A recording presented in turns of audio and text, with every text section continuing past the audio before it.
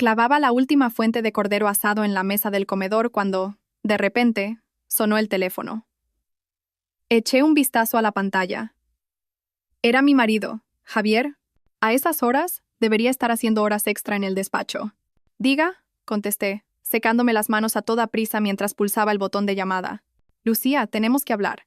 La voz de Javier era tan serena como si estuviera comentando el tiempo de mañana. La semana que viene, el miércoles, toda la familia se va de viaje a Tenerife. Una semana. Ya he reservado los billetes de avión y el hotel. En ese instante, sin darme cuenta, apreté el móvil con tanta fuerza que los nudillos se me pusieron blancos. Otra vez. Ya era la tercera vez. Como la calma que precede a la tormenta, mi voz sonó extrañamente tranquila. Claro, tu padre, tu madre, tu hermano Pablo y su novia, tu tía y tu primo, 6 personas. Justo. Hablé con un tono deliberadamente alegre. La villa que he reservado solo tiene 3 habitaciones, y si somos demasiados sería un lío, así que, tú no vengas. Respiré hondo. Mis ojos recorrieron la mesa, cargada con 2 platos principales y una sopa, todo preparado con esmero. Todo lo que le gustaba a Javier. Ahora, toda esa comida, junto con mis esperanzas, estaba destinada a ir directa a la basura. Ya veo. Pues que lo paséis muy bien. Mi voz parecía un eco lejano. Sabía que lo entenderías, Lucía. Eres la más comprensiva. Pude oír el suspiro de alivio de Javier. Ah, y mientras no estoy, no te olvides de regar las flores del jardín. Y mis suculentas, ¿vale? De acuerdo. Colgué. Me quedé allí, clavada en el sitio. La pantalla del móvil se volvió negra, como una luz que se apaga dentro de mis ojos. La tercera vez. 3 años de matrimonio. Y ni una sola vez me habían invitado a ese viaje familiar anual. La primera vez, la excusa fue que acababa de sufrir un aborto espontáneo y un viaje largo sería demasiado para mí. La segunda, que mi trabajo era muy exigente y me costaría pedir vacaciones. Este año, ni siquiera se había molestado en buscar una excusa convincente. Empecé a recoger la mesa mecánicamente, tirando la comida intacta al cubo de la basura. De pronto, la muñeca me tembló y un plato se me resbaló de las manos, estrellándose contra el suelo. ¡Zas! Me quedé mirando los fragmentos esparcidos por el suelo. ¿Cómo podían parecerse tanto a mí en este momento? Como este matrimonio, brillante por fuera, pero que se hace añicos al menor contacto. El móvil volvió a sonar. El grupo de WhatsApp de la familia política. Un mensaje de mi suegra. Chicos, este año repetimos en Tenerife. Salimos el miércoles, así que no os olvidéis la crema solar. Dicen que hace mucho calor por allí. A continuación, una lluvia de emoticonos de celebración. Me quedé mirando fijamente las palabras, toda la familia. Se me arrasaron los ojos. Para ellos yo no era familia, solo era una extraña, una asistenta sin sueldo. Saqué la foto de familia que se hicieron el año pasado en Barcelona. En ella, Javier rodeaba con el brazo el hombro de su hermano Pablo. Mi suegra, con un vestido llamativo, estaba sentada en el centro y mi suegro, con gesto solemne, a un lado. Junto a ellos, su primo y la novia de Pablo de entonces. Los 7 sonreían radiantes, con el mar azul y las palmeras de fondo. Ese día yo estaba sola en casa, ardiendo de fiebre. Llamé a Javier y me dijo, tómate un paracetamol y duerme un poco. Ya verás cómo se te pasa. Estamos haciendo submarinismo y la cobertura es mala. Te dejo. Y colgó. Me dejé caer al suelo y empecé a recoger los trozos de cerámica uno a uno.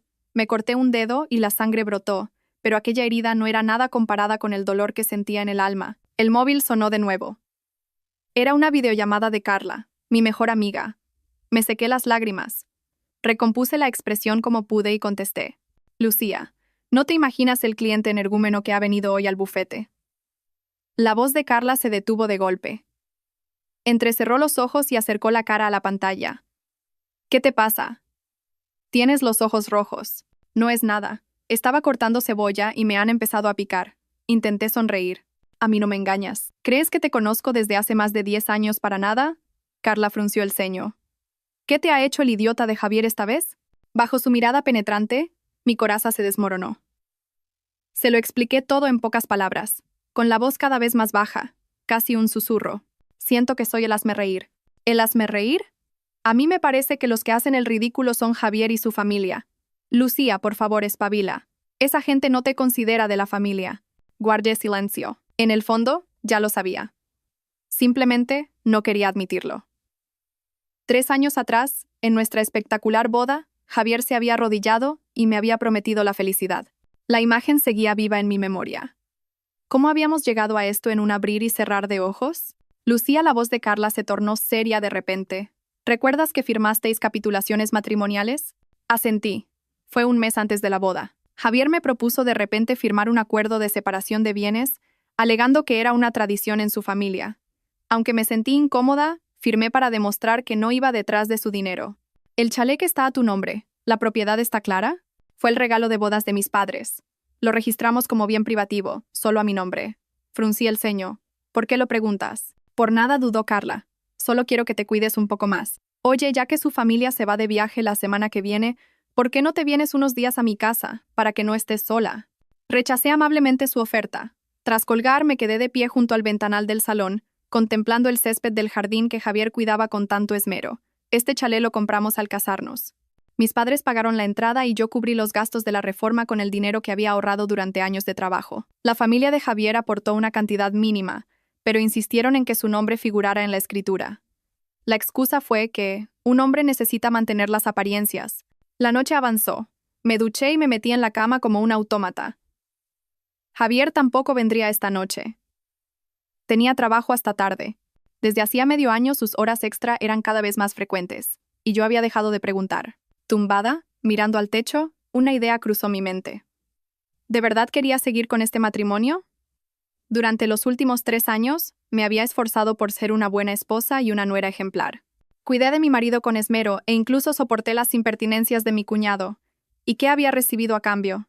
El vacío deliberado en el grupo de WhatsApp, las ausencias cada vez más frecuentes de mi marido y un viaje familiar anual del que siempre me excluían. El móvil se iluminó. Un mensaje de Javier. Cariño, ¿todavía despierta? La semana que viene no estaré, así que cierra bien la puerta. Ah, mamá quiere que le regales algo típico de Tenerife. Mañana compra unas cajas de regalo bonitas y déjaselas preparadas. Al leer el mensaje, me eché a reír. A reír hasta llorar. Se acabó. De verdad, se acabó. ¿Hasta cuándo piensas seguir engañándote, Lucía? Me sequé las lágrimas y le envié un mensaje a Carla. ¿Mañana tienes un hueco? Necesito asesoramiento legal. Fuera, la luna fría brillaba en lo alto del cielo. Supe que algunas cosas ya no tenían vuelta atrás. El sol de la mañana se coló por las cortinas del dormitorio. Abrí los ojos, pero el otro lado de la cama seguía vacío. Javier, como era de esperar, no había vuelto a casa anoche. Era la 7ª vez este mes. Me levanté y abrí el armario. Mis dedos pasaron por delante de un sinfín de vestidos hasta detenerse en un elegante traje de chaqueta. Hoy lo elegí a propósito. Javier siempre decía que los vestidos me hacían parecer una esposa modélica. Me lavé la cara y me miré al espejo. Mi rostro de 29 años ya reflejaba un cansancio profundo. Las finas arrugas bajo los ojos y la piel apagada eran el testimonio de 3 años de vida reprimida. Cubrí con maquillaje las huellas del llanto de anoche. Ding dong. Sonó el timbre.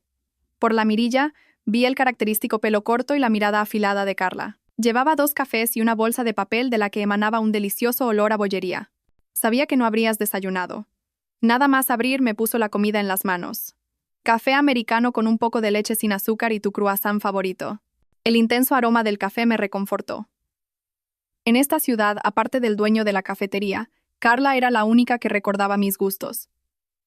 Javier ni siquiera sabía que era alérgica a los cacahuetes. El año pasado, en una reunión familiar, insistió en servirme una ensalada llena de frutos secos, diciendo que estaba deliciosa. Cuéntamelo, ¿qué asesoramiento legal necesitas? Carla sacó su portátil de la bolsa y fue directa al grano. Removí el café y empecé a hablar, sopesando cada palabra. Si quisiera divorciarme, ¿cómo podría proteger mis derechos? Los ojos de Carla brillaron. Por fin has entrado en razón. Abrió rápidamente varios archivos. Primero, tenemos que aclarar vuestra situación patrimonial. Dijiste que el chalet está a tu nombre, ¿verdad? Sí, fue un regalo de bodas de mis padres. Lo inscribí como propiedad exclusiva mía. Pero después de casarnos, Javier insistió en que añadiera su nombre. Por las apariencias, decía, y yo, por ser una blanda, acepté. Esbocé una sonrisa amarga. La frente de Carla se arrugó. ¿Cuándo fue eso? Unos 6 meses después de la boda. Me lo pedía todos los días. Que si las mujeres de sus compañeros lo habían hecho, que si él era el único que no y pasaba vergüenza en la oficina. Los dedos de Carla volaron sobre el teclado. Esto es un poco complicado, pero como es un bien privativo y la entrada la pagaste tú, esa parte y la revalorización te corresponden. ¿Quién pagó la reforma? La mayor parte yo, con el dinero que ahorré trabajando, unos 70 euros. La familia de Javier aportó unos 15. ¿Tienes pruebas? Asentí. Guardo el contrato de la reforma y todos los recibos. Carla pareció satisfecha. Lo siguiente es reunir pruebas. ¿Sabes exactamente cuánto gana Javier? La pregunta me dejó en blanco. ¿Los ingresos de Javier? Desde que nos casamos, cada uno gestionaba su propio dinero. Él me había dado una cifra aproximada, pero nunca le pregunté los detalles. Ganará unos 100 euros al año.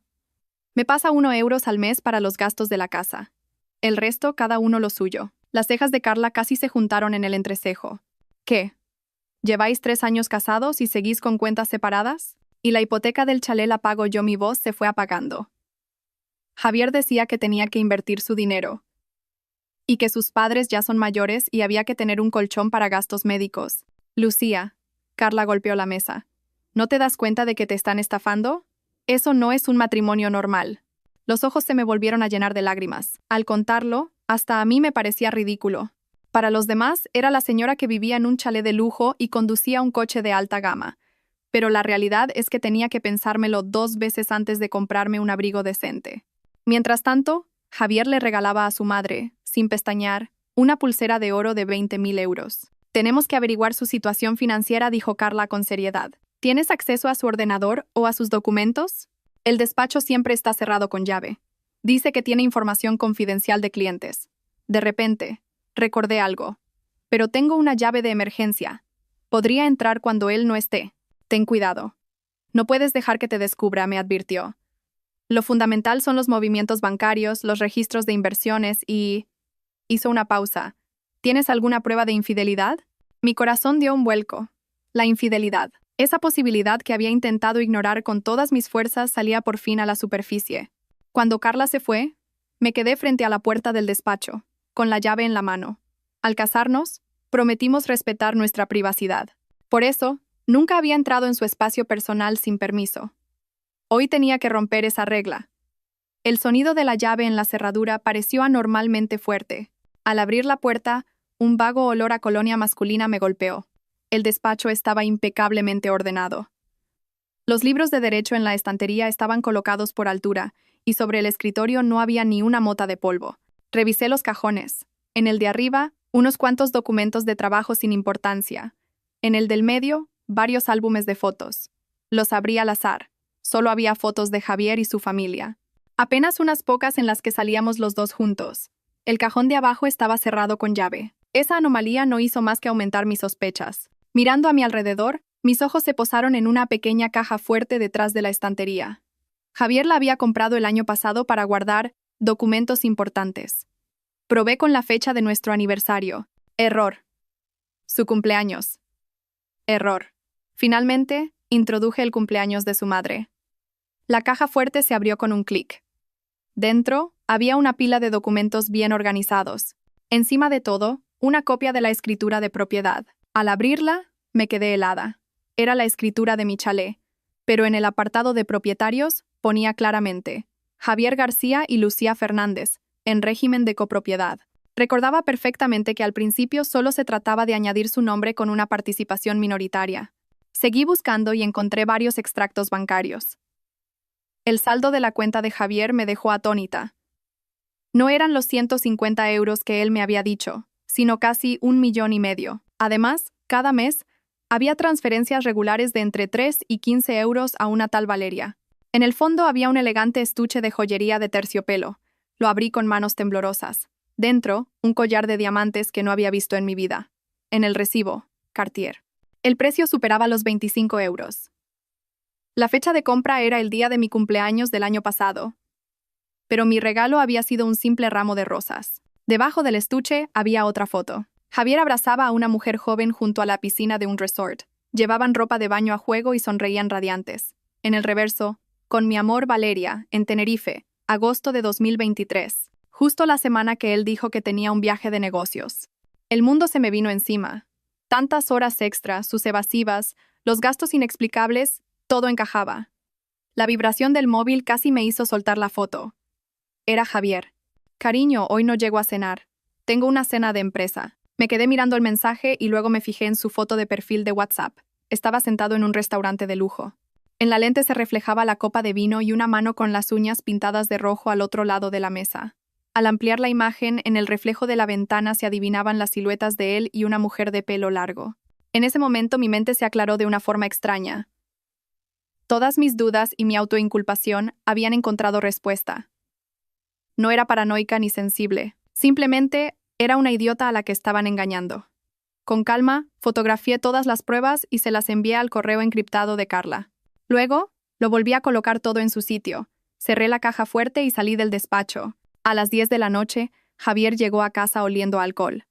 Sentada en el sofá del salón, lo observé, con la mirada vacía, mientras se quitaba los zapatos tambaleándose. «Cariño, ¿aún despierta?» Se acercó para besarme, pero giré la cabeza. «Hueles a perfume». «No me gusta», dije con voz plana. Javier se detuvo un instante y luego se rió. «Ha sido por trabajo, cariño. Se me debe de haber pegado un poco. Esos clientes se echan colonias muy fuertes». «Ah, sí». Lo miré directamente a los ojos. «¿Esa tal Valeria también es una clienta?» La expresión de Javier se congeló. La borrachera pareció desvanecerse a la mitad. ¿De qué estás hablando?» «De nada». Me levanté. «Se me ha ocurrido. Debes de estar agotado, teniendo que agasajar a esa clienta tantas veces al mes». El rostro de Javier pasó del rojo al blanco. «Lucía, escúchame. Te lo puedo explicar». «No hace falta que expliques nada», le corté. «Estoy cansada, me voy a dormir». «Mañana tengo que ir a comprar las cajas para los regalos de tu madre. ¿No lo habías olvidado?» Me di la vuelta y entré en el dormitorio. Javier se quedó solo en el salón, con una expresión de desconcierto total. Al cerrar la puerta, me apoyé en ella. Oí sus pasos nerviosos fuera y su voz susurrando por teléfono. Sin duda estaba avisando a esa tal Valeria. El móvil se iluminó. Un mensaje de Carla. «Pruebas recibidas. Con esto está perdido. Ven mañana al bufete y hablamos en detalle. Y esta vez, hazme caso en todo». Respondí con un OK y borré el historial de la conversación. Me tumbé en la cama y miré al techo. Mi mente estaba extrañamente en calma. La antigua Lucía se habría pasado la noche llorando, pero la de ahora solo sentía ganas de reírse. Javier abrió la puerta con cuidado y se tumbó a mi lado, como si no hubiera pasado nada. En la oscuridad oía cómo contenía la respiración a propósito. Fingía estar dormido. Javier rompía el silencio de repente. «¿A qué hotel vais a ir en Tenerife?» Su cuerpo se tensó visiblemente. «Ah, a un resort normal, uno con el que la empresa tiene un convenio». «Ah, ¿sí?» Solté una risita. «No será el Hotel Bahía del Duque otra vez, ¿no?» Dicen que las villas con piscina privada son carísimas. Javier se incorporó de un salto. «¿Tú? ¿Me has estado espiando?» «¿Espiar?» Me giré para mirarlo. La luz de la luna iluminaba su rostro, deformado por el pánico y la ira. «¿Hace falta? Se te olvidó bloquearme en Facebook». 8 de noviembre del año pasado. Check-in en el Hotel Bahía del Duque. Por cierto, el collar de Cartier de la foto era precioso. El rostro de Javier se crispó. «Lucía, ¿te atreves a mirar mi móvil? Comparado con que tú me pongas los cuernos, que yo te mire el móvil no es para tanto. ¿No crees?» Me levanté y encendí la lámpara de la mesilla. 3 años de casados, con cuentas separadas. Yo como una idiota sirviendo a toda tu familia, y resulta que tú tenías a otra por ahí. Javier, de verdad no me decepcionas. El rostro de Javier palideció y de repente agarró la almohada y la lanzó con todas sus fuerzas contra la pared. «Basta. ¿Crees que lo hice porque quise? Estoy harto de verte esa cara larga todos los días al llegar a casa. Valeria es 100 veces más cariñosa que tú. Ella sí que sabe cómo hacer feliz a un hombre». Observé en silencio su arrebato de locura. De repente me pareció todo tan ridículo. ¿Este era el hombre por el que me había enfrentado a mis padres para casarme? Un cobarde que, después de ser infiel, todavía tenía el descaro de culpar a otros. «De acuerdo. Divorciémonos», dije con ligereza. «Tú te vas con esa tal Valeria y yo vivo mi vida tranquila». «¿Divorcio?» Javier soltó una carcajada como si hubiera oído el chiste del siglo. «Ni en sueños. La mitad de este chalet es mío. Si te divorcias, ¿de qué vas a vivir? Con tu sueldecito no te llega ni para pagar la hipoteca». Así que era eso. Lo tenía todo calculado. Estaba seguro de que nunca me atrevería a pedir el divorcio. Al ver su cara de suficiencia me eché a reír. Bueno, ya veremos. Javier no esperaba esa reacción y se quedó sin palabras. Volví a tumbarme, apagué la luz y le di la espalda. Sentí su mirada de desconcierto e ira clavada en mi espalda en la oscuridad. «Lucía», dijo finalmente, rechinando los dientes. «Ni se te ocurra hacer ninguna tontería. A ese chalet le tengo echado el ojo desde hace tiempo. Mi hermano Pablo se casa y necesita una casa. Así que era por eso. Cerré los ojos. Las uñas se me clavaron en las palmas. Toda la familia lo había planeado desde hacía mucho tiempo. Comer de lo mío, vivir en mi casa y al final quitármela para casar al cuñado. Javier empezó a roncar. No pegué ojo en toda la noche. Al amanecer me levanté en silencio. Recogí algunas cosas imprescindibles y los documentos importantes, y salí de casa sigilosamente. El aire de la mañana era especialmente fresco. Respiré hondo y llamé a Carla. Carla, lo he decidido. Voy a recuperar todo lo que es mío. Al otro lado de la línea, la voz de Carla estaba llena de determinación. Así se habla. Te espero en el bufete. La guerra ha empezado. Colgué y paré un taxi. Por el retrovisor, vi cómo el chalet en el que había vivido durante 3 años se hacía cada vez más pequeño. Esta vez no iba a flaquear. El bufete de Carla estaba en la planta 28 de un edificio acristalado en el barrio de Salamanca. Me senté en la sala de reuniones. Delante de mí, Carla había impreso todas las pruebas. La situación es peor de lo que pensaba, dijo, ajustándose las gafas. Según estos movimientos bancarios, en los últimos 2 años Javier ha transferido un total de 330 euros a esa tal Valeria. Esto es un claro acto de disipación del patrimonio conyugal. Asentí en silencio. Mis dedos repasaron inconscientemente esas frías cifras, 330 euros. El equivalente a mi sueldo de varios años. Y él se lo había dado tan fácilmente a otra mujer. Pero lo más grave es esto. Carla desplegó un fajo de papeles. He consultado el historial de crédito de Javier. Hace 3 meses pidió un préstamo de 800 euros. El propósito. Reforma de la vivienda. Pero en vuestro chalet no había ningún plan de reforma reciente, ¿verdad? 800 euros. Levanté la cabeza de golpe. No me dijo ni una palabra. No pensaba decírtelo, dijo Carla con sorna. Ese dinero, una semana después de entrar en su cuenta, fue transferido a Valeria en 5 plazos. Creo que ese desgraciado le ha comprado una casa a esa mujer. Mi voz tembló. ¿De verdad lo crees? Es muy probable. Carla asintió. Pero ese no es el problema más urgente. Mira esto. Abrió un archivo digital. Contenía una transcripción de las conversaciones de WhatsApp entre Javier y su hermano Pablo. Esto lo he conseguido por una vía especial, explicó Carla. Es difícil usarlo como prueba directa en un juicio, pero es suficiente para saber lo que planeaban. «Hermano, ¿le has dicho a tu mujer lo de la hipoteca del chalet?», preguntaba Pablo. «Todavía no», pensaba decírselo después del viaje. «Últimamente está un poco rara. Creo que sospecha lo de Valeria». «¿Y entonces qué?». «La semana que viene tenemos que dar la señal para el piso que hemos visto mi novia y yo. No tengas tanta prisa. Mi nombre también está en la escritura del chalet. Aunque se oponga, no puede hacer nada. Si se pone difícil, le digo a mamá que hable con ella. A mamá siempre le hace caso». Me quedé mirando la pantalla. Sentía como si una roca me aplastara el pecho. Llevaban mucho tiempo planeando hipotecar mi chalet para comprarle un piso a mi cuñado. Legalmente, para establecer una hipoteca sobre un bien en copropiedad, a veces basta con el consentimiento de uno de los propietarios, dijo Carla con seriedad. Si ellos actúan primero, te encontrarás en una situación muy desfavorable. Entonces, ¿qué hago? Apreté los puños. ¿Tengo que quedarme de brazos cruzados? Por supuesto que no. Una luz afilada brilló en los ojos de Carla. Tenemos que adelantarnos. La entrada la pagaron tus padres y la mayor parte de la reforma la pagaste tú. Tienes pruebas de todo.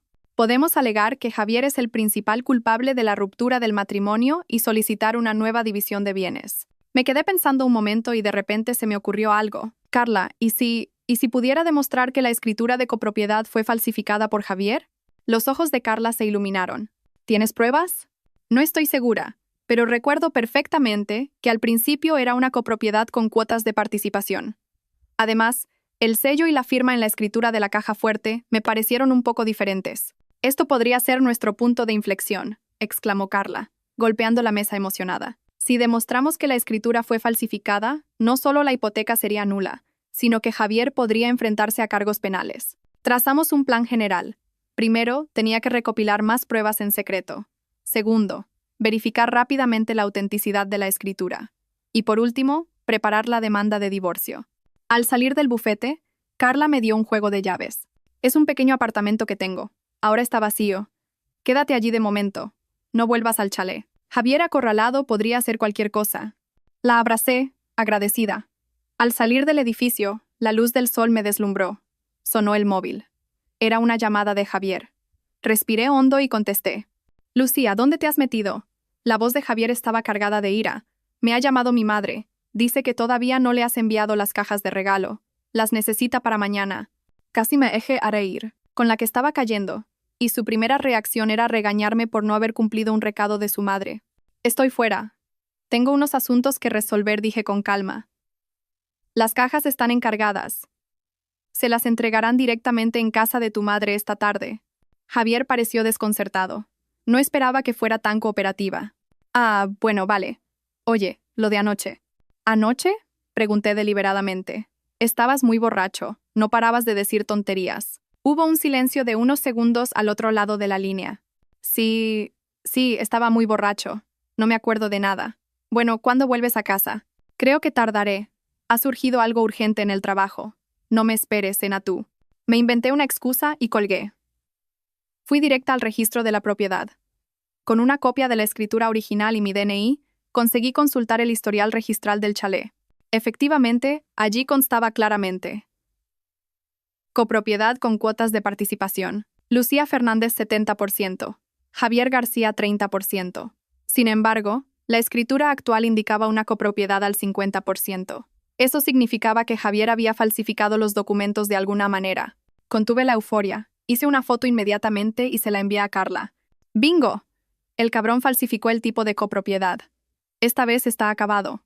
¡Genial!, respondió Carla al instante. Ahora necesitaba conseguir el original de esa escritura falsificada. No sería fácil. Javier, sin duda, la escondería a conciencia. Decidí arriesgarme y volver al chalet una vez más. A las 4 de la tarde, aproveché que Javier estaba en una reunión en la oficina para volver. Nada más abrir la puerta, noté que algo no iba bien. El salón estaba revuelto y los cajones de mi tocador, abiertos de par en par. Alguien había estado buscando algo. Subí al segundo piso en silencio. Oí un ruido en el despacho. Por la rendija de la puerta, vi a Javier, sudando a mares, rebuscando entre papeles. No paraba de maldecir en voz baja. Había vuelto a casa antes de lo esperado para buscar la escritura. Bajé sigilosamente y cerré la puerta de entrada con un portazo deliberado. «Cariño, ya estoy en casa». Desde arriba se oyó un ruido de sorpresa, seguido de la voz de Javier, tratando de parecer tranquilo. «Ah, hola, cariño». Estaba en el despacho buscando unos papeles. Subí y abrí la puerta del despacho. Javier estaba de pie junto al escritorio, forzando una sonrisa, pero las gotas de sudor en su frente y el pelo revuelto delataban su nerviosismo. «¿Por qué has vuelto tan pronto?», le pregunté, fingiendo preocupación. «Ah, no había mucho que hacer en la oficina. Oye, ¿has visto la escritura de la casa? Necesito unos documentos para pedir un préstamo en el trabajo», tal como esperaba. Por dentro, sonreí con frialdad. Pero por fuera puse cara de desconcierto. «¿No está en la caja fuerte?» «He mirado y no está», dijo Javier, nervioso. «¿No la habrás guardado en otro sitio? Piensa bien». Fingí pensar y luego dije: «Ah, ¿recuerdas que el mes pasado nos pidieron en la administración de la finca actualizar los datos de los propietarios? La cogí para hacer una fotocopia y... claro, la tiene mi madre. Me dijo que quería verla y se la dejé». El rostro de Javier se puso blanco como el papel. «¿Qué? ¿Cómo se te ocurre darle algo tan importante a otra persona?» «¿Mi madre es otra persona?», repliqué. «Además, en la escritura también está mi nombre. ¿Qué problema hay en que la tenga mi propia familia?». Javier se quedó sin palabras. Se le hinchó una vena en la frente. «Ve a buscarla ahora mismo. La necesito urgentemente para el trabajo. Mi madre se ha ido de viaje». «No vuelve hasta el mes que viene», dije, parpadeando con inocencia. «¿Tanta prisa tienes? Pues pide el préstamo con el apartamento que tienes a tu nombre». Javier tenía un pequeño apartamento a su nombre como bien privativo, que tenía alquilado. Por supuesto, no quería tocar su propio patrimonio. «Déjalo, ya buscaré otra forma», espetó, irritado. De repente recordó algo. «Oye, ¿de verdad no te acuerdas de nada de lo que dije anoche? Dijiste muchas cosas. Hablaste de Valeria, de Tenerife, de un collar». Observé cómo su cara se iba endureciendo, y de repente me reí. «Es broma. No dijiste nada, te quedaste dormido como un tronco». La cara de alivio de Javier era para enmarcarla. Se acercó para abrazarme. «Cariño, últimamente he estado muy ocupado y te he descuidado. Cuando vuelva del viaje, pasaremos tiempo juntos, solo los dos». Esquivé sus brazos con habilidad. «Date prisa y haz la maleta. Mañana tenéis que coger el avión temprano». Javier retiró los brazos, incómodo, y subió al segundo piso. Viéndolo de espaldas, supe que tenía que seguir con la farsa. Lo más importante ahora era tranquilizarlo y ganar tiempo. Después de cenar, Javier recibió una llamada y salió a toda prisa, seguramente para reunirse con Valeria y planear su estrategia. Inmediatamente, registré el despacho a fondo. Finalmente, en el estante más alto, dentro de un grueso manual de derecho penal, encontré la escritura falsificada. La fotografié rápidamente como prueba y la volví a colocar en su sitio. Cuando me disponía a salir, un sobre en el cajón del escritorio me llamó la atención. Al abrirlo, me encontré, para mi sorpresa, con un contrato de préstamo hipotecario ya redactado. La tasación del chalet era de 1.2. 0 euros, el importe del préstamo, 800 euros, y el propósito, inversión familiar conjunta. Lo más aterrador era que, en la casilla de la firma del prestatario, mi firma estaba falsificada de forma muy convincente. No era la mía. Javier había falsificado mi firma. Con manos temblorosas, fotografié todas las pruebas y las devolví cuidadosamente a su lugar. Justo cuando iba a salir del despacho, sonó el móvil. Era mi suegra, Lucía. Su voz seguía siendo arrogante. Mañana me llegan las cajas de regalo, ¿verdad? Tienen que ser de las buenas, con detalles dorados. No te equivoques. Sí, suegra, no se preocupe. Está todo preparado, respondí, reprimiendo las náuseas. Y continuó con sus órdenes. Mientras estemos de viaje, no te olvides de regar las plantas de casa una vez a la semana. Las suculentas de Javier son muy caras. Ah, y en la nevera tengo unos encurtidos que hice. La semana que viene ya estarán listos, así que sácalos y ponlos a secar al sol. Le respondí con monosílabos mientras miraba el reloj. Ya eran las 10 de la noche. Javier aún no había vuelto. Colgué y decidí no esperar más. Recogí algo de ropa y los documentos importantes y salí del chalet para ir al apartamento de Carla. Por el camino, llamé a mis padres y les expliqué la situación a grandes rasgos. Contrariamente a lo que esperaba, mi padre no me regañó por no haberle hecho caso. Al contrario, me dijo con firmeza: «Hija, tomes la decisión que tomes. Tu familia siempre estará de tu lado. Ese chalet te lo dimos a ti. No dejes que la familia de ese hombre te lo quite». Al otro lado de la línea, oí llorar a mi madre. «Hija mía, tonta, ¿cómo has podido pasar por todo esto sin decirnos nada antes?». Al colgar, por fin me derrumbé. Lloré a mares en el asiento trasero del taxi. No estaba luchando sola. Simplemente, mi orgullo me había impedido mostrarme vulnerable ante mi familia. El apartamento de Carla era pequeño pero acogedor. Me di una ducha caliente y, tumbada en la cama, repasé mis hallazgos. Los delitos de Javier eran cada vez más evidentes: infidelidad, ocultación de patrimonio, falsificación de documentos y de firma en un contrato. Cualquiera de ellos era suficiente para que pagara un alto precio ante la justicia. El móvil se iluminó. Un mensaje de WhatsApp de Javier. «Cariño, me ha surgido un viaje de trabajo de imprevisto. Estaré fuera unos días. Me reuniré con la familia directamente desde Tenerife. Lo del chalet lo hablamos a la vuelta». Sonreí con desdén y no respondí. Entré en Facebook y vi que Valeria había publicado algo nuevo. «Gracias por venir. El mejor regalo». La foto adjunta mostraba una pulsera de Cartier y la mano de un hombre. El reloj en la muñeca de ese hombre era el que yo le había regalado a Javier por su cumpleaños el año pasado. Con calma hice una captura de pantalla, la guardé y apagué el móvil.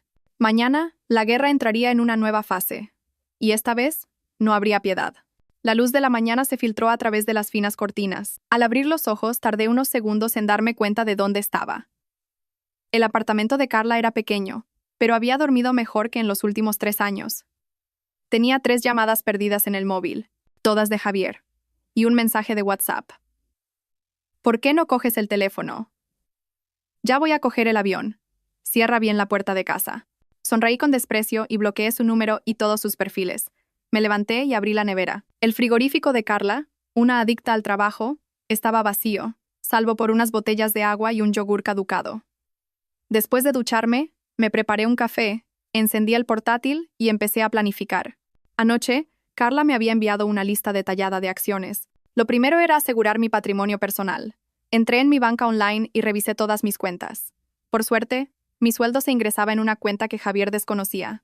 En los últimos 3 años, había conseguido ahorrar casi 0 euros. En nuestra cuenta conjunta había 35 euros de ahorros. En teoría, nos correspondía la mitad a cada uno. Sonreí con amargura. Javier ya le había enviado a su amante más de 300 euros. Llamé al banco y, alegando una posible actividad sospechosa, congelé temporalmente la cuenta conjunta. Así, Javier no podría sacar dinero durante su viaje. Lo siguiente era lo más importante, el chalé. Siguiendo el consejo de Carla, tenía que denunciar la pérdida de la escritura y solicitar un duplicado rápidamente. Pero antes, tenía que asegurarme de que Javier no pudiera interferir. Sonó el teléfono. Era mi padre. Hija, he hablado con mi viejo amigo, el abogado Jiménez. Tiene mucha experiencia en litigios inmobiliarios. Dice que tenemos que demandar a Javier por falsificación de documentos cuanto antes y, al mismo tiempo, solicitar medidas cautelares urgentes. Papá, se me hizo un nudo en la garganta. Siento no haberos hecho caso. ¿Qué tontería es esa? La voz de mi padre era firme. Lo importante ahora es que recuperes lo que es tuyo. Tu madre y yo vamos a Madrid esta tarde. Nos quedaremos en un hotel. Lo que sea lo afrontaremos juntos. Al colgar, sentí que se me humedecían los ojos. Mis padres siempre serían mi refugio, y yo, por un hombre insignificante, me había alejado de ellos durante 3 años. Tras prepararme, fui directamente al registro de la propiedad. Con una copia de la escritura original y mi DNI, completé con éxito el trámite de denuncia por extravío. El funcionario me informó de que la nueva escritura tardaría unos 7 días hábiles en emitirse. Si alguien intenta hipotecar la propiedad con la escritura denunciada, ¿sería válido? Pregunté con cautela. El funcionario negó con la cabeza. Una vez que se publica el anuncio de extravío, la escritura anterior pierde su validez inmediatamente. Pero si le preocupa la seguridad de su vivienda, puede solicitar una anotación preventiva de prohibición de disponer. Así, durante un tiempo, nadie podrá realizar ninguna transacción con esa propiedad. Eso era exactamente lo que necesitaba. Rellené la solicitud de inmediato. En el apartado de motivos escribí claramente: presunta falsificación de documentos por parte del copropietario. Al salir del registro, suspiré aliviada. El chalé, por ahora, estaba a salvo. Por muchos bancos que recorriera Javier con esa escritura falsificada, no conseguiría ni un euro. Sonó el móvil. Un número desconocido. Al contestar, una voz se presentó como el agente inmobiliario de Inmobiliaria Sol. ¿La señora Lucía Fernández? La llamo por el encargo de venta de su chalé. Ha aparecido un comprador dispuesto a pagar 1.15. 0 euros. ¿Cuándo podríamos reunirnos para negociar? Me quedé de piedra. ¿Cómo dice? Yo no he puesto mi casa a la venta. Al otro lado de la línea, el agente también pareció desconcertado. Pero ayer vino un señor, Javier García, con la escritura y una fotocopia de su DNI, diciendo que ambos habían decidido poner el chalé en venta. Sentí que la sangre me hervía. Javier, ese desgraciado, se me había adelantado. Escúcheme bien, señor agente, dije, conteniendo la rabia. Ese encargo es fraudulento. La escritura ha sido denunciada por extravío y se está emitiendo una nueva. Si su agencia procede con esta operación sin seguir los cauces legales, prepárense para recibir una demanda de mis abogados. Colgué e imediatamente llamé a Carla. Ao oírlo, se puso furiosa. Ese Javier es un sinvergüenza. Lucía, tenemos que darnos más prisa. ¿Y ahora qué hago?, pregunté. Podría haber contactado con otras inmobiliarias. Primero, tenemos que notificar a las principales agencias inmobiliarias y bancos que el chalé está en litigio. Segundo, demandar a Javier inmediatamente por falsificación de documento público y de firma. Y por último, Carla hizo una pausa. ¿Y si vendes el chalé? ¿Venderlo? La idea me sorprendió. En esa casa había invertido mucho esfuerzo. Desde los planos hasta la elección de los materiales, cada rincón tenía mi toque. Pero, pensándolo bien, ¿qué sentido tenía seguir viviendo allí, enfrentándome cada día a recuerdos desagradables? Lo vendo, dije con firmeza. Pero después de recuperar la plena propiedad. Buena decisión, asintió Carla. Oye, ¿han llegado tus padres? El abogado Jiménez quiere reunirse con nosotros esta tarde. A las 3 de la tarde me reuní con mis padres y el señor Jiménez en una sala del hotel. Mi madre, al verme, me abrazó con fuerza, con los ojos llorosos. Estás muy delgada. El señor Jiménez era un hombre de mediana edad de aspecto inteligente. Revisó meticulosamente todas las pruebas que había recopilado, asintiendo constantemente. Las pruebas son muy sólidas. La conducta del señor García constituye claramente un delito de falsificación de documento privado y estafa. Podría enfrentarse a una pena de hasta 3 años de prisión. ¿Prisión? Negué con la cabeza. Yo solo quiero divorciarme rápido y recuperar mi patrimonio. No quiero llevar esto al terreno penal. A pesar de todo, han sido 3 años. El señor Jiménez comprendió mi postura y asintió. Entonces nos centraremos en la vía civil. Según el Código Civil, El hecho de que el señor García haya convivido con otra persona como si fuera su cónyuge y haya donado una gran cantidad de dinero durante el matrimonio es una causa grave de divorcio. En la división de bienes, podría recibir una parte menor o incluso nada. Acordamos la estrategia legal. Primero, solicitar medidas cautelares para congelar los bienes de Javier. Luego, presentar la demanda de divorcio, solicitando la redistribución de la propiedad del chalet y una indemnización por los bienes gananciales disipados por Javier. Hay un problema más, dijo el señor Jiménez ajustándose las gafas. ¿Sabe dónde se encuentra actualmente el señor García? El juzgado necesita notificarle la demanda. Abrí WhatsApp y entré en el grupo de la familia política. Aunque tenía las notificaciones silenciadas, podía ver las fotos que subían. La más reciente era una foto de familia en una playa de Tenerife. Javier abrazaba a Valeria por la cintura, sonriendo radiante. El pie de foto decía: foto de familia, solo falta la nuera. Me temblaban tanto las manos que apenas podía sostener el móvil. Así que era eso. El viaje familiar de Javier estaba planeado desde el principio para llevar a Valeria. Y yo, su esposa legal, había sido completamente excluida. Están en el Hotel Bahía del Duque, en Tenerife, dije con calma, pasándole el móvil al señor Jiménez. En la foto se veían la hora y la ubicación. El señor Jiménez fotografió la prueba y me preguntó: señora Fernández, ¿cuándo piensa recoger sus cosas del chalet? Voy a ir hoy mismo a recogerlo todo, dije, decidida. Si Javier se atrevía a llevar a su amante de viaje haciéndola pasar por su familia, yo ya no tenía por qué guardarle las apariencias. Al volver al chalet, empecé a empaquetar mis pertenencias de forma sistemática. Los libros de mi carrera en el despacho, la ropa y los zapatos del vestidor, la vajilla que había elegido con tanto mimo en la cocina. 3 años de matrimonio habían acumulado muchas cosas. Mientras empaquetaba, sonó el timbre. Por la mirilla, vi a una mujer desconocida con una carpeta en la mano. ¿Es esta la residencia del señor Javier García?, preguntó educadamente. Soy la gestora de cuentas del banco ABC. El señor García me ha pedido que recoja unos documentos. Una empleada del banco. La reacción de Javier había sido más rápida de lo que pensaba. Abrí la puerta, pero no la dejé pasar. ¿Qué documentos? El señor García me dijo que usted ya estaba al tanto. La escritura de propiedad del chalet y su DNI original. Su mirada recorrió el interior de la casa por encima de mi hombro. Casi me eché a reír de la rabia. Javier, a distancia, enviando a una empleada del banco a mi casa para intentar llevarse los documentos. Lo siento, pero no sé nada de eso, dije con frialdad. Y la escritura no está aquí. La mujer pareció desconcertada. Pero el señor García... No importa lo que le haya dicho, la interrumpí. Le sugiero que compruebe los últimos avisos del registro de la propiedad. Este chalet está actualmente en litigio, y cualquier banco que conceda una hipoteca sobre él tendrá que asumir las consecuencias legales. Su expresión cambió y se marchó a toda prisa. Cerré la puerta e inmediatamente envié un correo electrónico a los departamentos de crédito de los principales bancos, informando oficialmente de que el chalet estaba en litigio, y que cualquier solicitud de préstamo sobre este activo sería nula. Al atardecer, terminé de empaquetar todas mis cosas. El camión de la mudanza aparcó en la puerta. Los operarios empezaron a cargar las cajas.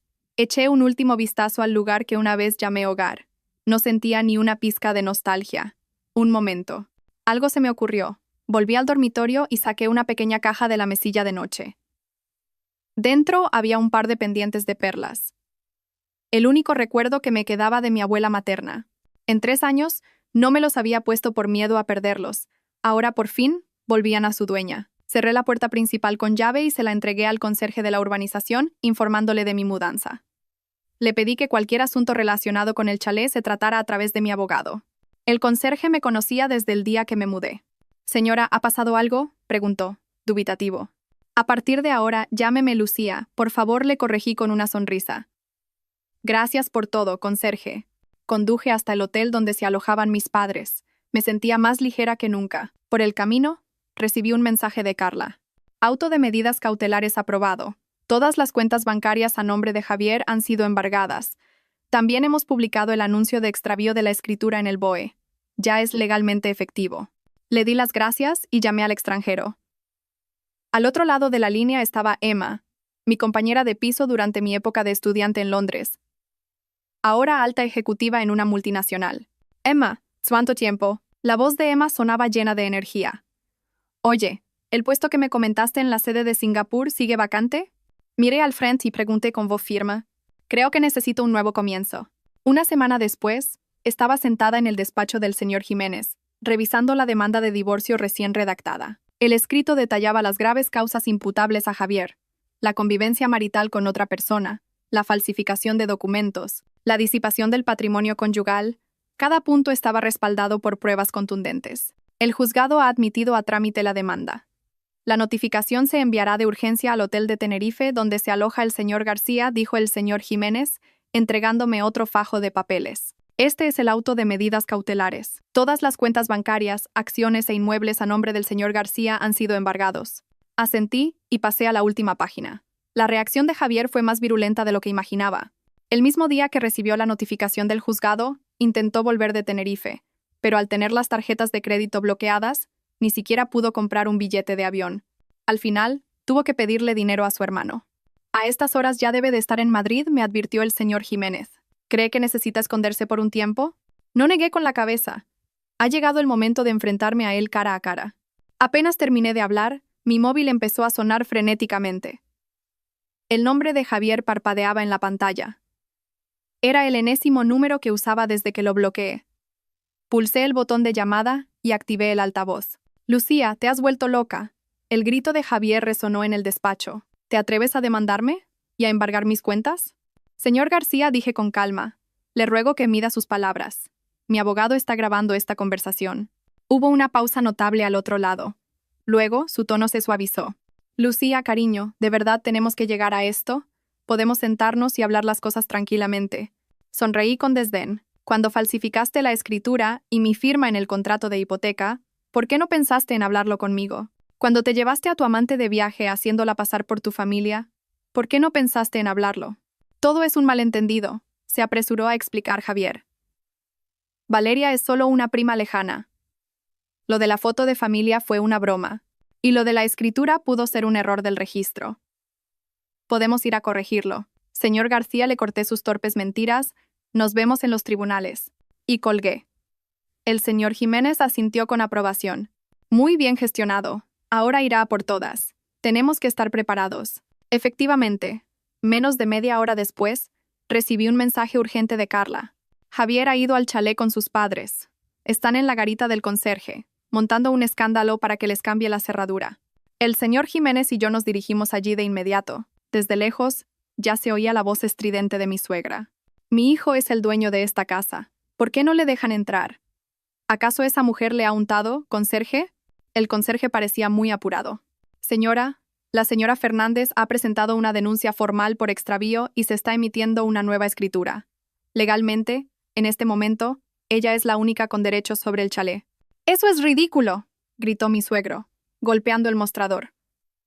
La mitad de ese chalet es de mi hijo. ¿Quién se ha creído que es esa Lucía para no dejarle entrar en su propia casa? Respiré hondo, abrí la puerta y entré. Suegro, suegra, ¿cuánto tiempo? ¿Qué tal el viaje a Tenerife? La foto de familia os quedó preciosa. Los tres se giraron al unísono. Sus caras eran un poema. El rostro de Javier estaba morado como el hígado de un cerdo, y mi suegra parecía que quería comerme viva. Lucía, mi suegra se abalanzó sobre mí, intentando agarrarme del cuello. ¿Cómo te atreves, desagradecida, tratar así a mi hijo? El señor Jiménez se interpuso, bloqueándole el paso. Señora, le ruego que se controle. Agredir a una persona es un delito. Estamos grabando toda la situación. La mano de mi suegra se detuvo en el aire, palideció y la retiró. Vaya, vaya. Así que ahora vienes con abogados a enfrentarte a tu familia política. Lucía, dijo Javier apartando a su madre y rechinando los dientes. ¿Qué es lo que quieres exactamente? Es muy simple, lo miré directamente a los ojos. Divorciarme y recuperar todo el patrimonio que me pertenece. Ni lo sueñes, gritó Javier. Mi nombre también está en la escritura. No pienses que te lo vas a quedar todo. Ah, ¿sí? Saqué una carpeta de mi bolso. Esta es la inscripción original del registro. El chalet está en copropiedad con cuotas de participación. Mi parte es del 70%, la suya del 30%. Está claramente especificado. El documento que usted falsificó ya es constitutivo de delito. La cara de Javier se volvió blanca. Mentira. Y eso no es todo, continué presionando. Falsificó mi firma en un contrato de hipoteca y le transfirió 330 euros a su amante. Todo esto son causas graves de divorcio. Según la ley, no solo no le correspondería ninguna parte del chalet, sino que podría tener que pagarme una indemnización. Mi suegra no pudo soportarlo más. Eso no puede ser. Mi hijo te ha estado manteniendo durante años y así se lo pagas, mordiéndole la mano que te da de comer. ¿Manteniéndome? Casi me eché a reír. Suegra, durante 3 años hemos tenido cuentas separadas. La hipoteca del chalet, la luz, el agua, la comunidad. Todo lo he pagado yo sola. Su hijo me daba 1 euro al mes para gastos, una cantidad que no cubría ni su propia comida. Mi suegra se quedó sin palabras. Mi suegro me miró con los ojos entrecerrados. Lucía, somos una familia. No hay por qué llegar a estos extremos. Javier se ha equivocado, pero tú tampoco has hecho las cosas bien. Un hombre puede cometer un pequeño error de vez en cuando. ¿Un pequeño error? Le interrumpí. ¿Falsificar documentos es un pequeño error? ¿Disipar el patrimonio es un pequeño error? ¿Llevarse a su amante de viaje haciéndola pasar por su esposa es un pequeño error? Javier se abalanzó de repente, intentando arrebatarme la carpeta, pero el señor Jiménez lo detuvo. Parecía una bestia acorralada. Lucía, no me presiones. Conozco a mucha gente. Puedo hacer que no encuentres trabajo en todo Madrid. ¿Amenazas a la parte contraria?, dijo el señor Jiménez tranquilamente, pulsando el botón de grabación de su móvil. Señor García, esta grabación será una prueba muy perjudicial para usted. Javier por fin se dio cuenta de la gravedad de la situación. Su actitud cambió 180 grados. Lucía, cariño, lo siento. Me he equivocado, de verdad. Dame una oportunidad. Dejaré a Valeria. A partir de ahora, haré todo lo que tú digas. Verlo llorar solo me producía asco. Hubo un tiempo en que esa misma expresión de desamparo me ablandaba el corazón y le perdonaba una y otra vez sus traiciones y mentiras. Es demasiado tarde, Javier, dije con calma. Te he dado demasiadas oportunidades. Ahora solo quiero terminar con este matrimonio lo antes posible. Ni lo sueñes, gritó de repente. Voy a alargar este juicio todo lo que pueda. A ver quién aguanta más. 3, 5 años. Eso no lo decide usted, dijo el señor Jiménez, extendiendo otra carpeta. Estas son las pruebas que la señora Fernández ha recopilado sobre su convivencia marital con la señorita Valeria. Incluyen transferencias bancarias, fotos íntimas, conversaciones. Si se presentan en el juzgado, no solo se acelerará el proceso de divorcio, sino que usted podría tener que pagar una indemnización por daños morales. Javier se desplomó en una silla, como un globo deshinchado. Mi suegra intentó decir algo más, pero mi suegro la detuvo. Ambos, por fin, se dieron cuenta de que su precioso hijo se había topado con un muro de hormigón. Os doy 3 días, dije, levantándome. Si aceptáis el divorcio de mutuo acuerdo, el chalet es mío, y el resto de los bienes se repartirán según la ley. Si queréis seguir con el juicio, nos veremos en los tribunales. Pero preparaos para asumir todas las consecuencias legales. Al salir de la garita del conserje, suspiré aliviada. El sol me calentaba la cara. Sonó el móvil, un correo electrónico de Emma. El archivo adjunto era una oferta de trabajo para el puesto de directora de marketing en la sede de Singapur. El sueldo era 3 veces superior al actual. ¿Ya ha tomado una decisión?, me preguntó el señor Jiménez. Asentí. En cuanto solucione las cosas aquí, me iré a Singapur a empezar una nueva vida.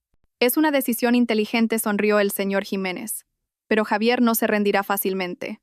La próxima vez podría recurrir a tácticas aún más bajas. Lo estaré esperando, dije, mirando el chalet a lo lejos. Una vez fue mi hogar, pero ahora no era más que un edificio frío. Esta vez no iba a retroceder. 3 días después, Javier, como era de esperar, no firmó los papeles. En su lugar inició una campaña de desprestigio. Primero los parientes de su familia me llamaron uno tras otro para convencerme. Luego publicó en Facebook un post lacrimógeno, insinuando que yo lo había dejado por un hombre más rico y con mejor posición. Finalmente, se presentó en mi empresa y presentó una queja en recursos humanos, acusándome de conducta inmoral. Por suerte, estaba preparada. Cuando Recursos Humanos me llamó, presenté mi carta de dimisión y la oferta de trabajo de la empresa de Singapur. Al mismo tiempo, Carla me ayudó a publicar una declaración en varios portales de noticias, aclarando la verdad y adjuntando algunas de las pruebas de la infidelidad y la falsificación de documentos de Javier. La opinión pública dio un vuelco al instante. Las redes sociales de Javier se llenaron de comentarios de internautas indignados. Incluso se filtró el lugar de trabajo de Valeria. Se convirtieron en la comidilla de todo el mundo. Lo más sorprendente fue que un internauta especialmente motivado descubrió que Valeria estaba saliendo con 3 hombres a la vez. Javier se convirtió en el hazmerreír de todo el país. Esta vez sí que está acabado, dijo Carla, satisfecha, pero subestimamos el descaro de Javier. Una noche de lluvia irrumpió en el chalet, donde yo estaba terminando de recoger mis cosas, junto con su hermano Pablo. Me amenazó con matarme si no retiraba la demanda. Lucía. Javier apestaba a alcohol y tenía los ojos inyectados en sangre. Tú me has arruinado la vida, así que yo voy a arruinar la tuya. Pablo levantó el móvil y empezó a grabar. Cuñada, será mejor que retires la demanda. Si no, este video de tu reconciliación con mi hermano se hará viral mañana. Comprendí su plan al instante. Querían fingir una reconciliación forzada, quizás incluso una violación. El corazón me latía con fuerza, pero mantuve la calma. Javier, ¿sabes que esto es un delito? ¿Delito? Se burló Javier. ¿Qué delito puede haber entre marido y mujer? Te lo voy a decir yo.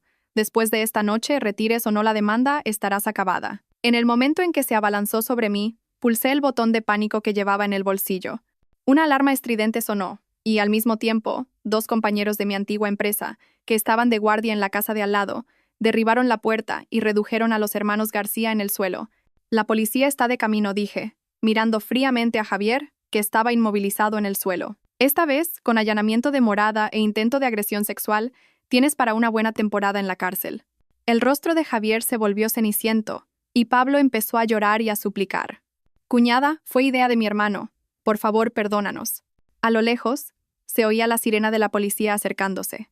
Supe que la farsa, por fin, había terminado.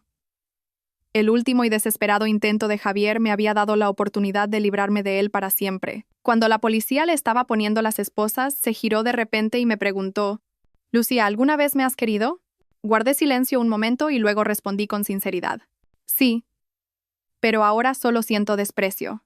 El coche de policía se alejó y la lluvia cesó. Me quedé en la puerta del chalet mirando ese lugar cargado de tantos recuerdos. Me sentía extrañamente en paz. Mañana pondría la casa oficialmente a la venta. La semana que viene tendría lugar la primera vista del divorcio, y en un mes estaría en Singapur, empezando una vida completamente nueva. Sonó el teléfono. Un mensaje de mi madre. «Hija, he hecho tu cocido favorito. Ven a cenar». Sonreí y respondí. «Claro, mamá. Voy para allá». En el cielo nocturno brillaba una estrella. Supe que era mi guía, la que me indicaba el camino a seguir. El día antes de la primera vista del juicio de divorcio, recibí una llamada de la policía. Javier, durante su viaje a Tenerife, había utilizado la escritura falsificada para obtener un préstamo de 1.20 euros de una pequeña financiera. Ahora, la financiera había descubierto la falsificación y lo había denunciado. «Señora Fernández, usted es una de las víctimas en este caso. Necesitamos su colaboración en la investigación». La voz de la gente era seria y respetuosa. Colgué e inmediatamente llamé al señor Jiménez. Al oírlo, no pudo contener la risa. Este Javier se ha cavado su propia tumba. Con una falsificación de documento público de esa cuantía, se enfrenta a una pena de prisión de al menos 3 años. ¿A la cárcel?, pregunté. Es muy probable, dijo el señor Jiménez con seguridad. Y esto nos beneficia enormemente en el juicio de divorcio. El juez reconocerá la grave culpabilidad de Javier. Y la división de bienes será, sin duda, a su favor. Debería haberme alegrado, pero sentí una extraña mezcla de emociones. Era irónico que 3 años de matrimonio terminaran de esta manera. El día del juicio, los juzgados estaban llenos de periodistas. Desde que mi historia se hizo viral, el caso se había convertido en un tema de interés mediático. Alguien incluso había creado el hashtag Fuerza Lucía. Javier llegó tarde, acompañado de sus padres y su abogado. En solo 2 semanas, parecía haber envejecido 10 años. Tenía los ojos hundidos y la tez cenicienta. Al verme, un destello de rencor cruzó su mirada, pero fue reemplazado rápidamente por el miedo.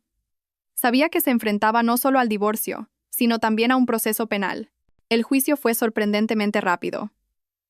El abogado de Javier intentó argumentar que las transferencias de dinero eran simples regalos entre amigos y que Valeria era una prima lejana. Pero cuando el juez vio las fotos íntimas y las conversaciones explícitas, incluso el abogado se quedó sin palabras. Respecto a la falsificación de la escritura y la firma del contrato de hipoteca, la defensa de Javier no tuvo nada que alegar. Cuando el juez le preguntó a Javier por qué lo había hecho, su respuesta dejó a toda la sala atónita. Mi hermano se iba a casar y la familia de su novia no aportaba nada. Solo quería ayudar un poco a mi familia. ¿Y por eso falsificó documentos? ¿Una firma y disipó el patrimonio conyugal?, preguntó el juez con severidad. ¿Era consciente de las consecuencias legales de sus actos? Javier bajó la cabeza y no dijo nada. Su madre, en la sala, rompió a llorar desconsoladamente hasta que un agente judicial la acompañó fuera. Durante un receso, Javier se me acercó de repente. «Lucía, Por los 3 años que hemos estado casados, ¿no podrías retirar la demanda? Te devuelvo el chalet. No quiero el dinero. Es demasiado tarde, Javier, lo miré con calma. Te di una oportunidad. Tú mismo elegiste el peor camino. ¿Quieres destruirme? Gritó con los ojos inyectados en sangre. Si voy a la cárcel, mi vida estará acabada. Tú te lo has buscado. Me di la vuelta y dejé de mirarlo. La sentencia final superó con creces mis expectativas. El juez concedió el divorcio. El chalet fue adjudicado en su totalidad a mi propiedad. Javier fue condenado a devolver los 330 euros transferidos a Valeria. El 70% de los ahorros a nombre de Javier me fueron adjudicados como indemnización por daños y perjuicios. Además, Javier tuvo que pagar mis costas legales y los gastos del juicio. Mientras el juez leía la sentencia, el rostro de Javier se volvió ceniciento, y su madre, en la sala, se desmayó. Los periodistas disparaban sus cámaras sin parar. Bajo una lluvia de flashes, la miserable estampa de la familia García quedó inmortalizada para siempre. Al salir del juzgado, la luz del sol era deslumbrante. El señor Jiménez me dio una palmada en el hombro. Enhorabuena, señora Fernández. Se ha hecho justicia. Gracias, letrado, dije sinceramente. Sin su ayuda, no habría podido ganar de forma tan aplastante. ¿Cuáles son sus planes ahora? ¿Qué hará con el chalet? Lo venderé, dije sin dudar. Ya lo he puesto en manos de una inmobiliaria. La semana que viene me voy a Singapur a empezar mi nuevo trabajo. El señor Jiménez asintió. Es una decisión inteligente. ¿Piensa seguir adelante con la causa penal contra el señor García? Lo pensé un momento. No quiero tener ninguna relación más con él. Si reconoce su culpabilidad y devuelve el patrimonio, puedo retirar la querella. Pero lo que la justicia decida, lo dejo en manos de la ley. Entendido. Me encargaré de los trámites posteriores, se despidió el señor Jiménez. Le deseo lo mejor en su nueva vida en Singapur. Al volver al apartamento que había alquilado temporalmente, empecé a hacer las maletas. 3 años de matrimonio y, al final, solo me llevaba 2 maletas de equipaje. El móvil no paraba de sonar. Mensajes de felicitación de mis amigos. Les di las gracias a todos y apagué el teléfono. Disfruté de ese raro momento de silencio. Esa noche, Carla vino a celebrarlo con una botella de champán. Vaya, el desgraciado de Javier se ha quedado sin un duro. ¡Qué satisfacción! Brindamos. Las burbujas se deshicieron en mi lengua con un sabor dulce. De repente, Carla se puso seria. De verdad, Lucía. Durante estos 3 años, mi mayor preocupación ha sido tú. Veía cómo te ibas perdiendo a ti misma, cómo dejabas de ser la de antes. Lo sé, apreté la copa. A veces me pregunto cómo pude ser tan tonta. Había tantas señales, ¿por qué me empeñé en ignorarlas? Por amor, tonta, suspiró Carla. El amor ciega. Pero por suerte, al final despertaste. A la mañana siguiente recibí una llamada de la inmobiliaria. El chalet se había vendido por 1.25, 0 euros, 100 euros por encima del precio de mercado. La compradora era una madre soltera a la que le gustaba la cercanía a los colegios y el estilo de la Reforma. La compradora quiere escriturar lo antes posible. ¿Le iría bien?, preguntó el agente con cautela. Sin problema, asentí. Mañana mismo podemos hacer los trámites. Al colgar, sentí un gran alivio. Esa casa, llena de malos recuerdos, por fin iba a ser parte del pasado. La firma de la escritura fue muy rápida. Después de firmar el último documento, la compradora, una elegante mujer de mediana edad, me cogió la mano. Lucía, he visto las noticias. Has sido muy valiente. Esta casa en mis manos se llenará de amor y risas. Se me humedecieron un poco los ojos. Gracias. Es justo lo que esta casa necesitaba. Al salir de la notaría, decidí volver al chalet una última vez. La nueva dueña se mudaba al día siguiente, así que ahora no habría nadie. Empujé la puerta familiar y entré. En las habitaciones vacías solo resonaban mis pasos. El sol entraba por los ventanales, dibujando franjas de luz dorada en el suelo. Recorrí las habitaciones lentamente. Los recuerdos acudieron a mí como una marea. El salón. Una vez Javier volcó la mesa porque la comida que había preparado no era de su agrado. El despacho. Pasaba noches enteras trabajando, cuando en realidad hacía videollamadas con Valeria. El dormitorio, a veces borracho, me obligaba a cumplir con mis deberes conyugales. Pero también hubo momentos bonitos. La cocina. Una vez preparé una gran fiesta para mis padres. La terraza. Tomaba vino con mis amigos y charlábamos hasta altas horas de la noche. El jardín. Las rosas que planté florecían cada año. Adiós, dije en voz baja, cerrando la puerta suavemente. Esta vez no miré atrás. Al salir de la urbanización, me encontré en la entrada con Pablo, el hermano de Javier. Estaba demacrado. Al verme, se sorprendió y luego corrió hacia mí. Cuñada. Digo. Lucía tartamudeó. ¿Podrías prestarme algo de dinero? A mi hermano lo han detenido. La familia de mi novia ha roto el compromiso, y mi madre está ingresada por la tensión alta. No daba crédito a mis oídos. ¿La familia García todavía tenía la cara de pedirme dinero? Pablo, dije con calma. ¿Sabes que tu hermano falsificó mi firma para hipotecar el chalet para compraros el piso a vosotros? Su expresión cambió. Yo no sabía de dónde venía el dinero. Sois increíbles. Tú y tu familia, dije con sorna. Que tu hermano esté en la cárcel, que tu madre esté ingresada y que tu boda se haya cancelado es el karma. Te aconsejo que te preocupes por tus propios asuntos. Dicho esto, me di la vuelta y me fui. Pablo, a mis espaldas, me gritó con rabia. Lucía, eres una mujer fría y despiadada. Mi hermano estaba ciego para casarse con alguien como tú. No me giré, solo agité la mano, como una despedida final. De vuelta en el apartamento, terminé de hacer las maletas. El Departamento de Recursos Humanos de la empresa de Singapur me había enviado una guía de bienvenida y consejos para buscar alojamiento. Emma también me había preparado una detallada lista de cosas que necesitaría. Una nueva vida me llamaba, una vida brillante y llena de esperanza. Esa noche mi madre me hizo una videollamada. Mi padre, a su lado, no paraba de preguntar cosas. Insistieron en acompañarme a Singapur, pero me negué. Mamá, papá, ya no soy una niña, dije riendo. Además, Singapur es un país increíble. No tenéis de qué preocuparos. Siempre serás nuestra niña, dijo mi madre, secándose una lágrima. Te vas tan lejos, cuídate mucho. Lo haré, la tranquilicé. Y hoy en día, con lo fácil que es viajar, podéis venir a verme cuando queráis. Colgué y me quedé junto a la ventana, contemplando la ciudad en la que había vivido casi 10 años. Bajo las luces de neón, ¿cuántas historias de amor y desamor se estarían desarrollando? La mía era solo una más. Volvió a sonar el teléfono. Era Carla. Lucía, me acaban de avisar del juzgado. El desgraciado de Javier ha confesado. La fiscalía pide 3 años para él. Me ha dicho su abogado que quiere verte una última vez. No, dije con firmeza. No tengo nada más que hablar con él. Lo sabía, rió Carla. ¿Ya tienes los billetes? ¿Quieres que te acompañe al aeropuerto? Mañana a las 3 de la tarde. No hace falta que vengas. Ya sabes que odio las despedidas. Buen viaje. De repente, la voz de Carla se quebró. Llámame a menudo. Y no te olvides de tus amigas cuando te eches un nuevo novio. ¿Qué dices? Eres mi mejor amiga. Sentí un nudo en la garganta. En cuanto me instale, te invito a Singapur. La noche avanzó. Terminé de hacer la última maleta. Apagué la luz y me tumbé en la cama. Mañana a estas horas estaría a 10.000 metros de altura, volando hacia una vida completamente nueva. Cerré los ojos y los recuerdos de los últimos 3 años pasaron ante mí como una película a cámara lenta. Dolor, traición, lucha, despertar. Al final, todo se había convertido en la fuerza que me impulsaba a crecer. Recordé una frase que había leído en alguna parte. Hay caminos que debes recorrer solo, lágrimas que debes secar tú misma y dolores que debes soportar en soledad. Pero cuando superes todo eso, te encontrarás con una versión mejor de ti misma. Mañana, el sol volvería a salir, y yo ya no sería la Lucía que aguantaba humillaciones. Aeropuerto de Changi, Singapur. Un hervidero de gente. Empujé mi carrito de equipaje y, al salir, vi a Emma con un cartel con mi nombre. Hacía 3 años que no nos veíamos. Llevaba el pelo corto y un elegante traje de oficina. Parecía aún más decidida que en nuestra época en el Reino Unido. Lucía, corrió a abrazarme con entusiasmo. Bienvenida a tu nueva vida. Emma me ayudó a instalarme en un apartamento cerca de la oficina y me invitó a probar el auténtico bak kut teh.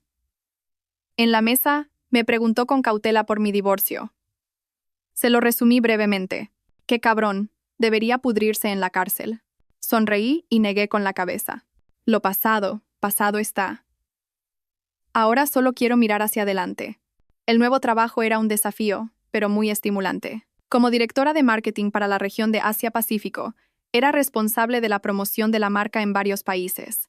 La ajetreada rutina no me dejaba tiempo para pensar en el pasado. Cada día era pleno y significativo. Un mes después, recibí un correo del señor Jiménez. Javier había sido condenado a 3 años de prisión por falsificación de documento público y estafa. Al mismo tiempo, el juzgado había ejecutado la sentencia de divorcio. Los ahorros a nombre de Javier fueron transferidos a mi cuenta.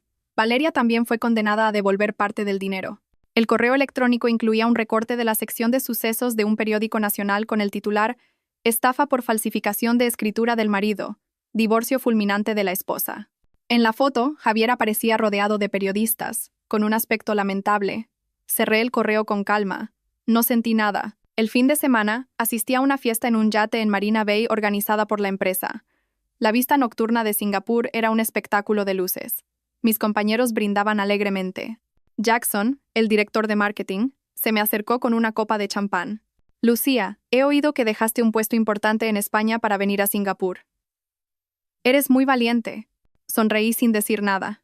Él no sabía que no había venido por mi carrera, sino para huir de un pasado al que no quería volver. Pasaron 3 meses y me adapté por completo al ritmo de vida de Singapur. El trabajo iba sobre ruedas y había hecho nuevos amigos. A veces publicaba fotos de la comida y los paisajes de Singapur en Instagram. Carla siempre era la primera en dar me gusta y comentar qué envidia me das. Un martes por la mañana, mientras preparaba el informe trimestral, sonó el teléfono. Un número desconocido con prefijo de España. Diga, dudé un momento antes de contestar. ¿Es usted Lucía Fernández?, dijo una voz femenina y débil. Casi se me cae el móvil. Era mi ex suegra. ¿Cómo había conseguido mi nuevo número? Soy la madre de Javier. ¿Qué desea?, pregunté fríamente. Lucía. Su voz se quebró. Me equivoqué. Todo lo que pasó fue culpa mía. Por favor, perdona a mi Javier. Ya ha estado enfermo 2 veces en la cárcel. El médico dice que si sigue así... Señora, la interrumpí. Primero, usted no es mi madre. Segundo, si Javier está en la cárcel, es porque se lo ha buscado. Y por último, no vuelva a contactarme. ¿Cómo puede ser tan cruel?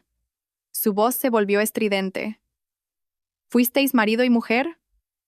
¿Cómo puedes quedarte de brazos cruzados mientras se muere en la cárcel? Si está realmente enfermo, la prisión tendrá sus propios servicios médicos, dije con calma, y mi abogado le enviará una notificación formal por acoso. Colgué e inmediatamente llamé al señor Jiménez. Él también se sorprendió de que mi ex suegra hubiera conseguido mi número y prometió investigar el origen y tomar medidas legales. Este incidente fue como una pequeña piedra arrojada a un lago en calma. Provocó unas ondas y luego todo volvió a la tranquilidad. 2 semanas después, recibí un mensaje de un desconocido en LinkedIn. Estimada Sra. Fernández, soy Iria Paz, directora de RRHH de Grupo X. He oído que ha tenido un gran éxito en Singapur. Me tomo la libertad de contactarla. Actualmente buscamos un director de marketing con experiencia internacional. Me preguntaba si estaría interesada en volver a España para continuar su carrera. Grupo X era un gigante de la industria en España.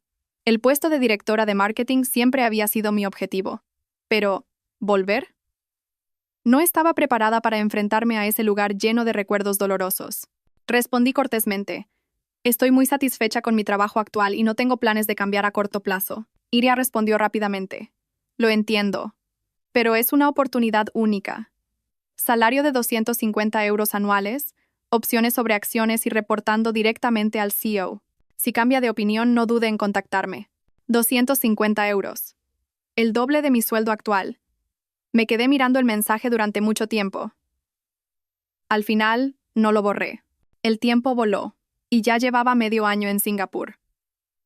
Durante este tiempo, mi equipo consiguió cerrar 2 grandes contratos. El CEO me felicitó públicamente en la reunión anual. Emma, diciendo que era la empleada extranjera que más rápido se había adaptado, incluso me animó a solicitar la residencia permanente. Pero la oferta de volver a España seguía rondando mi cabeza. No era por el puesto en sí, sino porque de repente me di cuenta de que estaba huyendo. Huyendo del lugar donde estaba Javier, donde estaban los recuerdos dolorosos. Huyendo de la persona débil que había sido en el pasado. Un fin de semana fui sola a la isla de Sentosa. Sentada en la arena blanca, mirando el mar azul, de repente comprendí que el verdadero desapego no es huir, sino tener la capacidad de enfrentarse a las cosas, y aún así, elegir no mirar atrás. Esa noche, le escribí a Iria, expresando mi interés en hablar más. Al mismo tiempo, contacté al señor Jiménez para preguntarle si, en caso de volver, Javier y su familia podrían acosarme. El señor García sigue cumpliendo condena. Le quedan al menos 2 años para salir, respondió.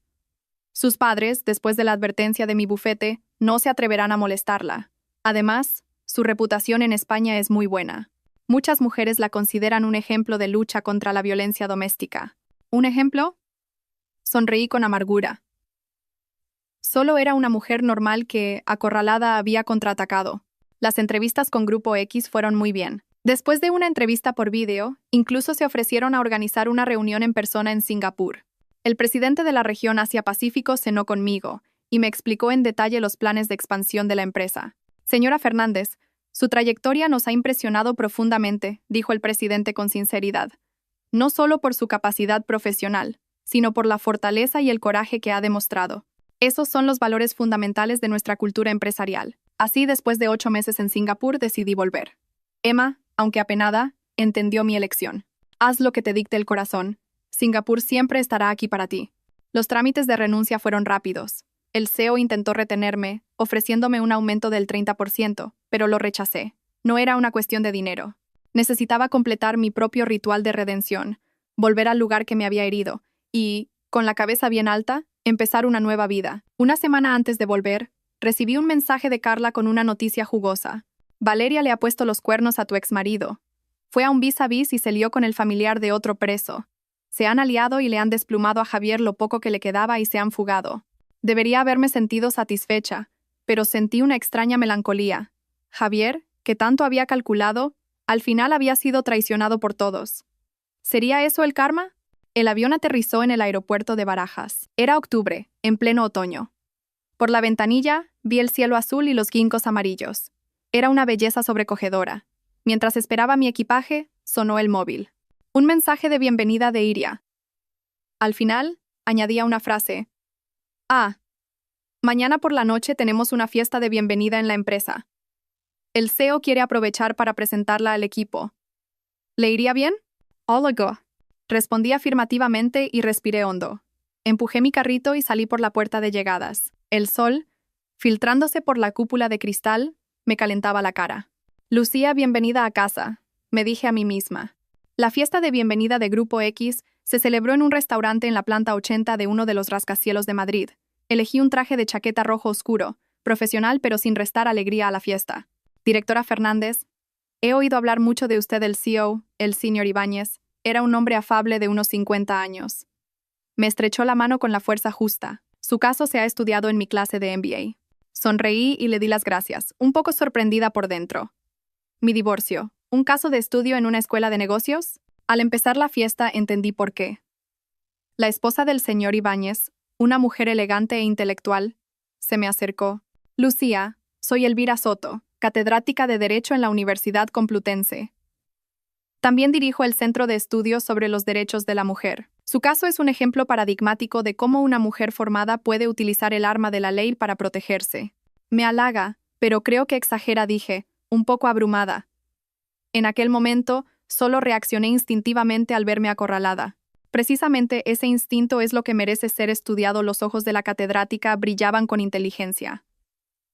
Demasiadas mujeres, en situaciones similares, eligen aguantar, pero usted demostró con hechos que la ley es un arma eficaz para proteger nuestros derechos. A mitad de la fiesta, un hombre de mediana edad de traje se me acercó y se presentó. Directora Fernández, un placer. Soy el asesor legal del grupo. He oído maravillas de usted.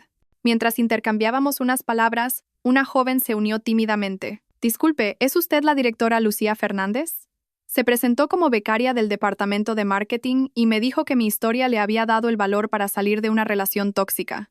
Verla ahora me da la fe para creer que yo también puedo empezar de nuevo.